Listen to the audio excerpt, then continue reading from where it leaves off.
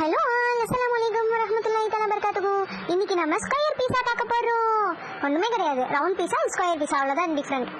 மைதா மாவை உப்பு போட்டுட்டு தண்ணியில் பனையாமல் தயிர் ஊற்றி பனைஞ்சு வச்சிருக்கேன். அதை அப்படியே தட்டு ஷேப்புக்கு நம்ம இது பண்ணிட்டு ஃபோக்கால் உப்பாமல் இருக்க குத்திட்டு அதுக்கப்புறம் இந்த பீஸா சாஸ் நானே ரெடி பண்ணேன். இதை போட்டு தேய்ச்சி விட்டுட்டு 200 டிகிரி செல்சியஸில் 10 நிமிஷத்துக்கு அவனில் வச்சு வேக்காட்டில் வெந்திருக்கும். அதுக்கப்புறமா நம்ம மயோனைஸ் போட்டு தேய்ச்சி விட்டுட்டு டொமேட்டோ கெச்சப் போட்டு ஸ்ப்ரெட் பண்ணி விட்டுட்டு நிறைய சீஸ் போடணும். அதுக்கப்புறம்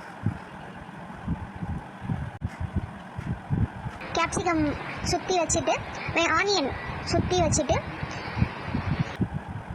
ஸ்வீட் கார்னை நல்லா தூவி விட்டுட்டு அதுக்கப்புறமா டொமேட்டோ குட்டி குட்டியாக சாப் பண்ணி வச்சுருக்கேன், அதை தூவி விட்டுட்டு அப்புறமா ஃபுல்லாக நம்ம சிக்கன் வைக்கணும்.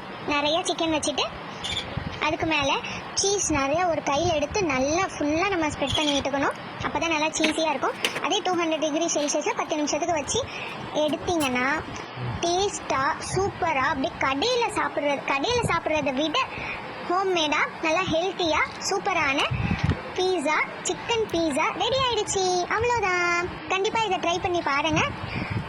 வீட்டில் அடம் பிடிக்கிற குட்டீஸ்க்கு இதை செஞ்சு கொடுங்க, நல்லா சாப்பிடுவாங்க. லைக் பண்ணுங்கள், ஷேர் பண்ணுங்கள், கமெண்ட் பண்ணுங்கள், சப்ஸ்கிரைப் பண்ணுங்கள். Tata, bye bye. அஸ்ஸலாமு அலைக்கும் வரஹ்மத்துல்லாஹி வபரகாத்துஹு.